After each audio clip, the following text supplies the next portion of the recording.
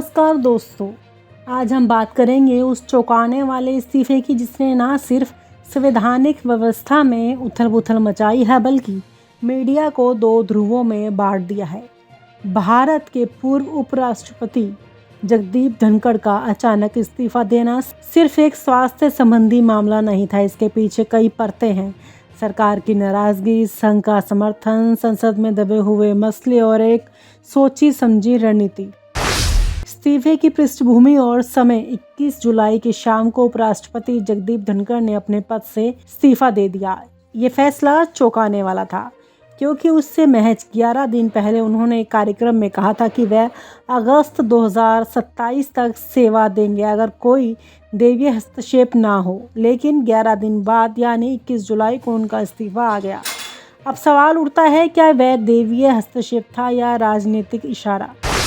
Media का दो फाड़ रवैया। धनखड़ के इस्तीफे पर मीडिया दो धड़ों में बट गई। पहला पक्ष, जिसे लोग गोदी मीडिया कहते हैं, ने दावा किया कि धनखड़ एक के बाद एक गलती कर रहे थे। रजत शर्मा जैसे सीनियर पत्रकारों ने इसे संवैधानिक मर्यादाओं के उल्लंघन का नाम दिया और कहा कि सरकार के लिए उन्हें बनाए रखना अब शर्मिंदगी का विषय बनता जा रहा था।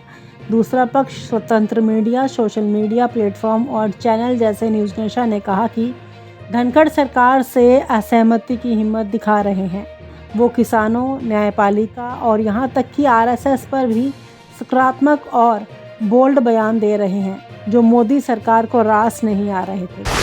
विवादित बयान जिन्होंने सरकार को चिढ़ाया, कुछ ऐसे बयान जिन्होंने धनखड़ को सत्ता से दूर कर दिया। मैं कभी किसी दबाव में नहीं आया और ना कभी आऊंगा। आप किसानों के लिए क्या कर रहे हैं? हर साल वो ध्यानस्थ बैठते हैं और सरकार चुप रहती है। संसद के मंच से आरएसएस की खुली तारीफ। आरएसएस इस देश की आत्मा है। ऐसा बयानों से सत्ता के गलियारों में बेचैनी फैल गई थी। संसद में चल रहे असली मुद्दों से ध्यान हटाना। इस्तीफे की टाइमिंग पर ध्यान दीजिए। संसद का सत्र शुरू हो रहा था और विपक्ष दो बड़े मुद्दों को जोर शोर से उठाने वाला था। ऑपरेशन सिंदूर। विपक्ष का आरोप है इस ऑपरेशन के चलते देश की अंतर्राष्ट्रीय छवि को नुकसान पहुंचा। बिहार का स्पेशल इन्वेस्टिगेशन रिक्वेस्ट, जिसमें केंद्र सरकार की जांच एजेंसियों पर राजनीतिक टूल बनने का आरोप था। लेकिन उपराष्ट्रपति के इस्तीफे ने पूरे विमर्श की दिशा ही बदल दी। अब संसद में चर्चा है नए उपराष्ट्रपति पर, जबकि असल मुद्दे पृष्ठभूमि में चल रहे हैं। न्यायपालिका और महाभियोग की राजनीति। एक और बड़ा मुद्दा था जस्टिस यशवंत वर्मा के खिलाफ संसद में महाभियोग। लेकिन इसके साथ ही जस्टिस शेखर यादव को आरएसएस समर्थन माने जाते हैं, उनके खिलाफ भी प्रस्ताव आने की तैयारी थी। धनखड़ ने बतौर उपराष्ट्रपति यशवंत वर्मा को आगे बढ़ाया जबकि शेखर यादव को बचा लिया। आरएसएस का बैकग्राउंड और धनखड़ की वफादारी। धनखड़ स्वयं भी आरएसएस पृष्ठभूमि से आते हैं। उन्होंने शेखर यादव जैसे संघ समर्थक व्यक्ति को बचाकर ये संदेश दिया है कि वो संघ के प्रति निष्ठावान है। यही बात मोदी शाह को चुभी। ये पूरी घटना ऐसे समय पर हुई जब आरएसएस और बीजेपी के बीच पहले से ही मतभेद चल रहे हैं, खासकर 75 की उम्र सीमा, नेतृत्व चयन और कैडर की अनदेखी को लेकर। आरएसएस बनाम बीजेपी बढ़ती खाई। मोदी सरकार संघ को किनारे कर रही है। पहले संघ के विचारकों को नीति निर्धारण से दूर किया गया, फिर 75 पार नेताओं को रिटायर किया गया और अब संघ से जुड़े न्यायाधीशों को भी कार्यवाही की आड़ में घसीटा जा रहा है। धनखड़ ने इस गेम को समझा और संघ के हित में शेखर यादव को बचा लिया। यही उनकी विदाई का असली कारण बना। गोदी मीडिया की भूमिका। टीवी चैनलों पर दिन भर बहस चली कि धनखड़ संविधान की सीमाएं पार कर रहे थे, लेकिन किसी ने नहीं पूछा कि फिर सरकार ने उन्हें इतने समय तक क्यों बर्दाश्त किया। क्या अचानक शर्मिंदगी की सीमा पार हो गई या ये कोई राजनीतिक कार्यक्रम था? सोशल मीडिया पर जनता का सवाल। ट्विटर, अब एक्स, यूट्यूब और फेसबुक जैसे प्लेटफॉर्म पर जनता ने पूछा कि आरएसएस समर्थकों पर कार्यवाही से संघ खफा है? क्या ये इस्तीफा असहमति की सजा है? क्यों संसद में असली मुद्दे गायब हो गए? धनखड़ का इस्तीफा दिखाता है कि अब सत्ता के अंदर की खींचतान सतह पर आ गई है। संघ और भाजपा के बीच का मतभेद खुलकर सामने आ रहा है। संसद जब भी कोई संवैधानिक अधिकारी असहमति जताता है तो उसे स्वास्थ्य के नाम पर हटाया जाता है। तो दोस्तों, अब अगली बार आप किसी इस्तीफे को सिर्फ स्वास्थ्य कारण माने तो एक बार उस स्वास्थ्य की रिपोर्ट को जरूर जांचिए। हो सकता है असली बीमारी किसी और को हो और इलाज किसी और का चल रहा हो। सच्चाई वही है जो सत्ता को चुभे। दोस्तों नमस्कार, हमारे चैनल न्यूज नेशन में आपका स्वागत है। मैं हूं महेश गुप्ता। भारतीय लोकतंत्र के इतिहास में एक बड़ा मोड़ आया है। मानसून सत्र के पहले दिन देश के उपराष्ट्रपति और राज्यसभा के चेयरमैन जगदीप धनखड़ जो पहले दिन राज्यसभा आए, सभा की कार्रवाई की और शाम को अपने चैम्बर में विपक्षी नेताओं के साथ बैठक की, जिसमें जस्टिस वर्मा के ऊपर महाभियोग के लिए जो कमेटी बननी है उसमें कौन कौन सदस्य होंगे और इस पर उन्होंने चर्चा की। और उसके फिर 2.5 घंटे बाद उन्होंने अपने इस्तीफे की चिट्ठी लिख दी। उन्होंने इस्तीफे की वजह अपनी तबीयत का ठीक ना होना बताया है। लेकिन सवाल ये है कि क्या ये महज उनकी तबीयत से जुड़ा मामला है या इसके पीछे कुछ और भी है जो सामने नहीं लाया जा रहा है। इस बीच संसद में विपक्ष ने जिस विषय पर बहस की मांग की है वो है ऑपरेशन सिंदूर। ऑपरेशन सिंदूर यानी वो कथित खुफिया अभियान जिसमें सरकारी एजेंसियों की भूमिका को लेकर बड़े सवाल उठाए गए हैं। विपक्ष इस ऑपरेशन को लेकर सरकार को घेरने की तैयारी में था और ठीक उसी दिन उपराष्ट्रपति ने इस्तीफा दे दिया। तो क्या यह सिर्फ इत्तेफाक है या सोची समझी रणनीति? आज इसी मुद्दे पर चर्चा के लिए हमारे साथ जुड़ रहे हैं सुभाष शिर्के जी। सुभाष जी नमस्कार। नमस्ते। सुभाष जी, आपको क्या लगता है कि ये सारा जो मामला है इसकी असली वजह क्या है धनखड़ जी के इस्तीफे की? देखिए महेश जी, इसमें मुझे सेहत का मुद्दा बिल्कुल लग नहीं रहा है। धनखड़ साहब ने इस्तीफा देते हुए उन्होंने कहा था कि वो सेहत उनकी खराब है, लेकिन मुझे इसमें सेहत से ज्यादा सियासत ज्यादा लगती है जी। और ये सियासत क्यों है, इसके पीछे हमें थोड़ा सा क्रोनोलॉजी समझना पड़ेगा। 10 जुलाई को दिल्ली में एक फंक्शन होता है जवाहरलाल नेहरू विश्वविद्यालय में, और यहाँ पे धनखड़ साहब एक भाषण देते हैं। उस भाषण में वो कहते हैं कि वो उपराष्ट्रपति पद से रिटायर्ड अगस्त 2027 को ही होंगे। अब ये बात अचानक कहां से आ गई? क्या उस वक्त कोई ऐसी सुगबुगाहट भी नहीं थी कि धनखड़ साहब ने इस्तीफा देना चाहिए? ऐसी कोई बात भी नहीं चल रही थी, कोई कुछ कह नहीं रहा था। अचानक से उपराष्ट्रपति पद पर बैठा हुआ आदमी अपने इस्तीफे के बारे में बात कर रहा है जो 2 साल के बाद होने वाला है। इसका मतलब यह है कि 10 जुलाई को उन्होंने अप्रत्यक्ष रूप से सारे देश को बता दिया कि उनके इस्तीफे के बारे में कुछ चल रहा है और उनका इस्तीफा, उन पर इस्तीफा देने के लिए दबाव है, जो उन्होंने अप्रत्यक्ष रूप से सारे देश को बता दिया। अब सवाल ये उठता है कि उन्होंने उनको दबाव क्यों लाया जा रहा था और कहां से लाया जा रहा था? तो इसका मतलब ये है कि 2 ही आदमी हो सकते हैं, एक नरेंद्र मोदी और अमित शाह। इनके अलावा बीजेपी में और आरएसएस में और कोई किसी की हिम्मत नहीं जो उपराष्ट्रपति को कहे कि आप इस्तीफा दीजिए। अब सवाल ये उठता है कि धनखड़ साहब को इस्तीफा देने पे लिए मजबूर क्यों किया जा रहा था? तो धनखड़ साहब को इस्तीफा देने के लिए मजबूर इसलिए किया जा रहा था, जो कयास लगाए जा रहे हैं कि हमेशा हमने देखा है कि नरेंद्र मोदी और इनकी जो पॉलिटिक्स है वो शॉर्ट टर्म पॉलिटिक्स होती है, शॉर्ट टर्म गेन की पॉलिटिक्स होती है। तो बिहार का चुनाव सर पे है और ऐसे में कोई एक ऐसा आदमी चाहिए जो बिहार से सरोकार रखता हो, जिसका उपयोग बिहार में अगर उसको उपराष्ट्रपति बनाया जाए तो उसका फायदा बिहार के चुनाव में हो। तो इसीलिए कोई ऐसा आदमी वहां पे बिठाने की एक कवायद चल रही थी या चल रही है कि जिसके तहत उपराष्ट्रपति को बोला गया कि भैया आप 74 साल के आप हो गए हो, अभी आप खत्म कर दीजिए अपना कार्यकाल। तो ये बात जो है, लेकिन धनखड़ साहब तो बिल्कुल राजनेता है। इससे पहले जो भी उन्होंने काम किया, वो वेस्ट बंगाल के गवर्नर रहे, उपराष्ट्रपति पद पर रहे, वो सारा स्क्रिप्टेड था। जो भी वो बोलते थे स्क्रिप्टेड था और बीजेपी में यही चीजें होती है। तो उनको जो स्क्रिप्ट दी गई थी वो उन्होंने बखूबी तरीके से यानी बोली। जो जुडिशरी के बारे में हो, संविधान के बारे में हो, सब कुछ उन्होंने कहा। लेकिन जब एक राजनेता को उसका पद छीन लिया जाता है तो वो आग बबूला होता है और वो कुछ ऐसी चीजें करता है जो स्क्रिप्टेड नहीं होती। और हमने क्या देखा? तो हमने देखा कि मानसून सत्र के पहले ही उन पर इस्तीफा देने का दबाव था, लेकिन वो मानसून सत्र में वो चले गए। पहले दिन का काम उन्होंने किया।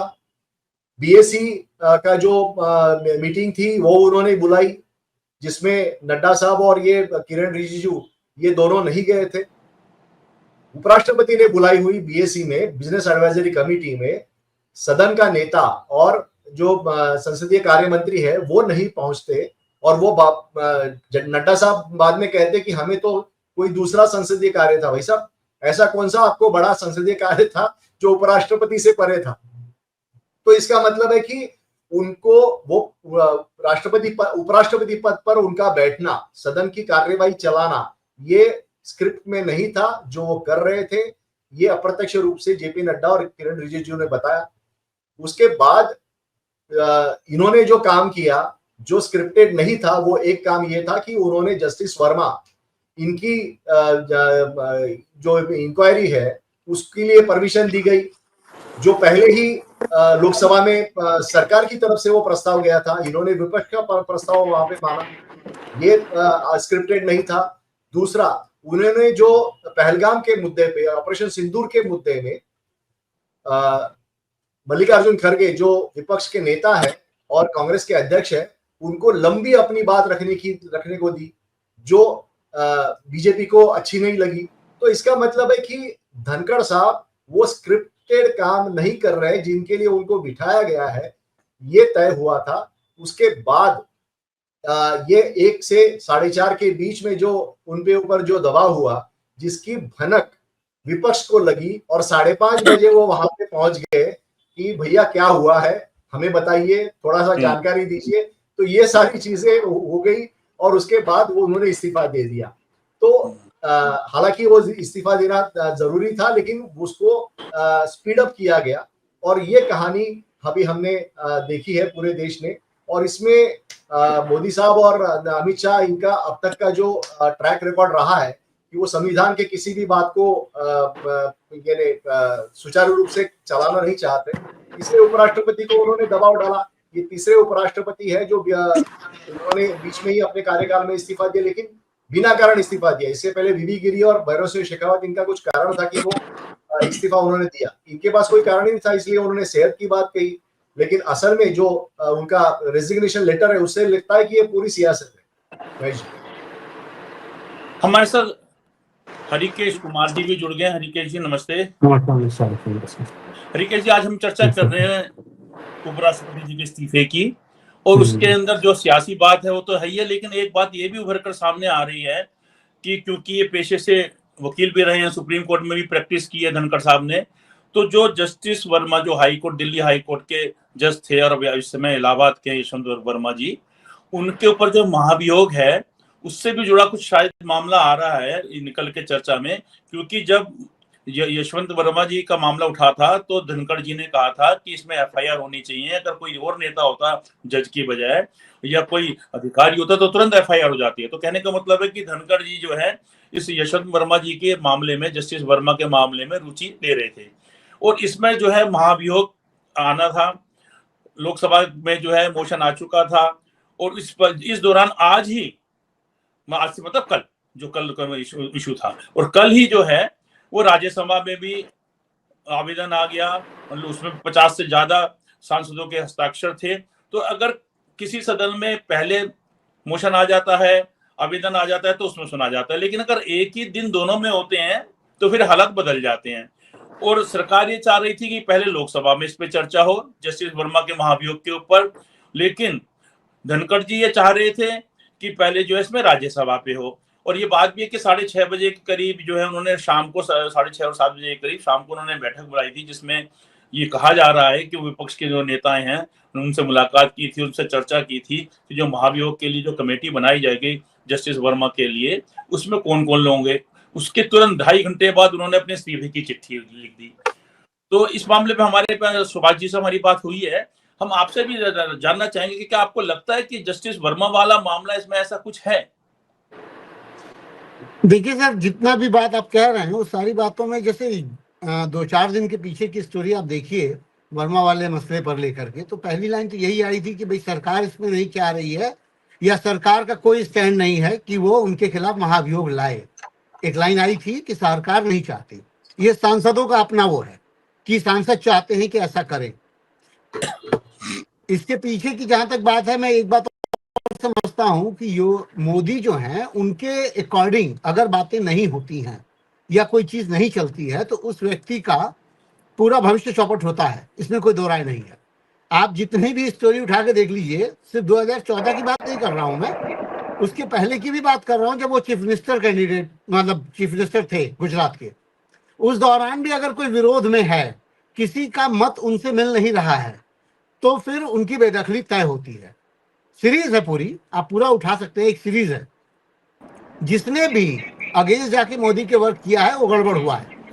तो ये आप जो कह रहे हैं वो स्पेकुलेशन ठीक है, उसमें भी दम है, क्योंकि अगर मान लीजिए कि धनखड़ जी जाकर के वेग स्टेटमेंट दे रहे हैं, आपको याद होगा विपिन रावत के मसले में भी यही केस हुआ था, वो भी 2-3 बार ऐसा ही कुछ बोले थे। मैं और बात गहरे में नहीं जा रहा हूं, लेकिन इंगित जो कर रहा हूं बात समझिए।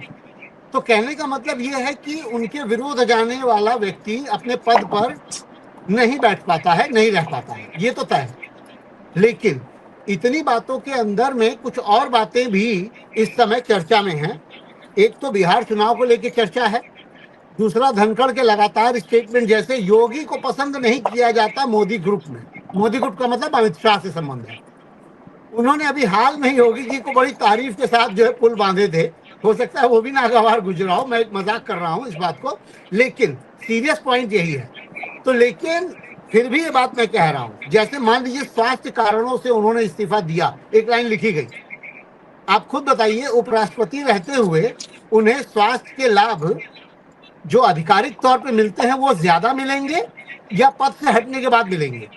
जरा दोनों का तुलना कर लीजिए। एक उपराष्ट्रपति को जो सुविधा मिलेगी स्वास्थ्य की, वो लंदन जा सकता है, अमेरिका जा सकता है, दुनिया में कहीं भी जा सकता है, जा तो वो वैसे भी सकते हैं।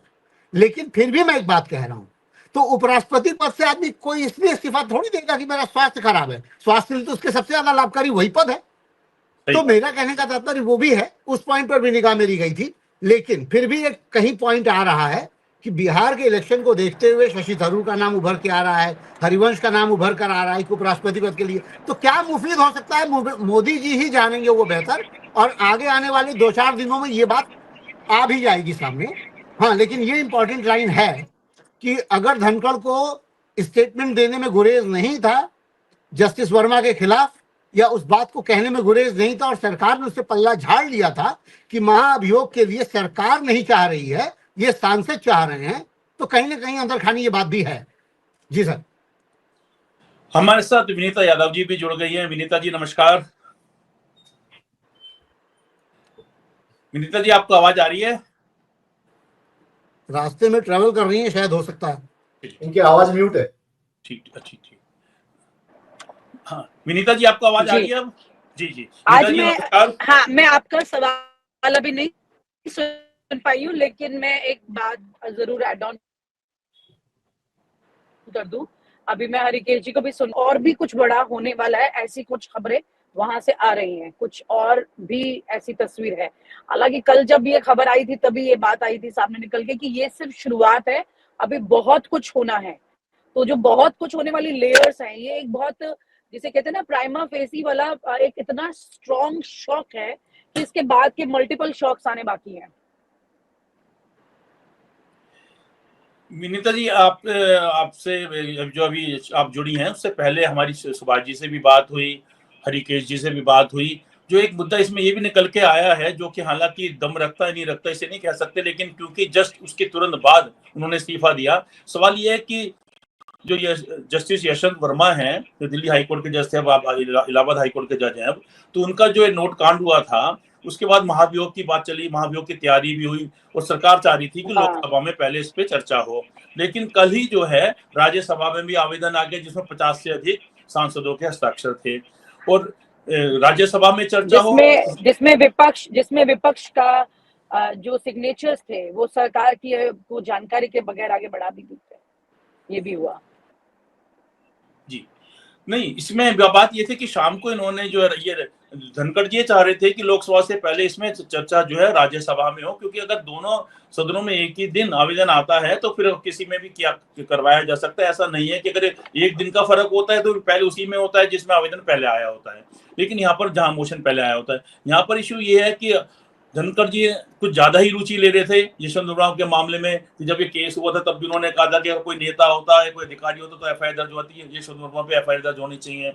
और कल उन्होंने शाम को 6:30 बजे मीटिंग भी की, जैसा कि बताया जा रहा है कि भाई वहां पे विपक्ष के नेताओं से बैठक की कि अगर महाभियोग के लिए कोई कमेटी बनती है यशवंत वर्मा के ऊपर तो उसमें कौन कौन मेंबर होंगे। और उसके अचानक 2.5 घंटे बाद ये इस्तीफे की बात आ गई। अगर ये बैठक उनको इस्तीफे का मन था या इस्तीफे की कोई बात पहले से थी या दिन में भी थी तो शायद वो शाम को फिर ये बैठक नहीं करते विपक्ष के नेताओं के साथ। आपको क्या लगता है कि कहीं इसको लेकर कोई खटपट हुई है सरकार से या धनखड़ जी के बीच में यशवंत वर्मा को लेके, या सिर्फ ये एक सोच है? नहीं, मुझे नहीं लगता ये यशवंत वर्मा वाला सिर्फ मैटर है, क्योंकि आपको और भी जानकारी मिली होगी कि कल राजनाथ सिंह जी के कमरे में, संसद में राजनाथ सिंह जी के कमरे में कई सांसदों से ब्लैंक पेपर पर सिग्नेचर लिए गए हैं। तो ये बहुत सारी चीजें कल घटी हैं। कल इनके इस्तीफे की चर्चा और खबर उस वक्त पत्रकारों को नहीं मिली थी, बल्कि ये सिग्नेचर वाली चर्चा अंदर ज्यादा चल रही थी और उसकी वजह से जरूर इस डिस्कशन को लेकर कि कुछ बड़ा होने वाला है, ये ब्लैंक पेपर पर सिग्नेचर लिए जा रहे हैं। तो यहाँ पर एक सवाल ये जरूर उठता है कि धनखड़ को लेकर के तो नहीं यहाँ पर कोशिश कर रही थी सरकार कि ठीक है एक प्रेशर पॉलिटिक्स की, आप खुद इस्तीफा देते नहीं तो हम आपको मतलब सांसदों का एक अपनी तरफ ही नो कॉन्फिडेंस मोशन लेकर के इस प्रक्रिया को आगे बढ़ाया जाए। अब बड़ी बात यह कि ऐसा क्यों किया। देखिए इतना बड़ा गुनाह नहीं है ये जस्टिस यशवंत वर्मा के अंदर की कहानी आप बेहतर जानते हैं। ऐसा नहीं है अभी तक उनको बचाने के लिए कोई बहुत बड़ा बीच में शुरुआत हुई थी, लेकिन ऐसा नहीं कि संसद में भिड़ पड़ेंगे आपस में और धनखड़ जी उनके लिए अपना करियर दांव पे लगा देंगे जस्टिस यशवंत वर्मा के लिए, ऐसा नहीं है। यहाँ पर बड़ी बात यह है कि अगर आप देखें मतलब एक ऐसा व्यक्ति जो क्लास में जो बच्चे होते हैं ना, तो एक ऐसा बच्चा होता है जो टीचर का बड़ा पसंदीदा होता है, अक्सर खड़ा होकर के कह देगा यस मैम यस मैम। तो जगदीप धनखड़ जी ने तो अपनी इमेज ऐसी बना ली थी, हर चीज में खड़े होके उनका ये इमेज बिल्डअप हो चुका था, क्योंकि ऐसे उपराष्ट्रपति तो हमने पहले कभी देखे ही नहीं थे जो कि इस तरह से पैरवी करने लग जाते थे, इतना क्लियरली पैरवी करने लग जाते थे, जो ये कहते थे सदन की सीट पर बैठकर कि मैं आरएसएस की विचारधारा से इतना प्रभावित हूँ कि मेरे जीवन में इसके बाद ही बदलाव आया। पहली बार ऐसा हुआ था, इतना खुल के बैटिंग कर रहे थे। ऐसे व्यक्ति से क्या गुरेज हो सकते हैं आप बताइए। यहाँ मेरे हिसाब से आप लोग सब समझ रहे हैं, सुभाष जी भी अपना इस पर दे व्यू, मेरे हिसाब से यहाँ पर जो इस वक्त टसल चल रही है आरएसएस बिटवीन बीजेपी, ये उस सब के बीच में, और अभी ये टसल और दिखने वाली है, क्योंकि जो जो लोग आरएसएस की बैटिंग वाले हैं इस ग्राउंड के अंदर अब वो धीरे धीरे अलग अलग तरीके से आपको दिखाई देंगे। रीजन बिहाइंड, क्योंकि अब जो जैसे सितंबर क्लोज आ रहा है, जितना प्रेशर ये क्रिएट किया जा सकता है आरएसएस की तरफ से तो हो जाएगा। अगर नहीं क्रिएट किया गया और सितंबर निकल गया तो फिर उसके बाद कुछ नहीं हो सकता। हाँ ये जरूर है कि भागवत जी ने तो अपना भी करियर साथ में लाइन में लगा दिया कि भाई 75 साल के वो तो 7 दिन पहले हो जाएंगे, लेकिन अब उनको भी ये मालूम है वो इस्तीफा दे भी देंगे तो भी मोदी जी तो इस्तीफा नहीं देने वाले हैं। तो अब यहाँ पर पावर गेम चल रहा है, जिस सत्ता के अंदर आरएसएस ने अपने कदम रखे हुए हैं और जहां जहां वो ट्विस्ट कर सकती है, अब वो ट्विस्टिंग गेम शुरू हुआ है यहाँ पर।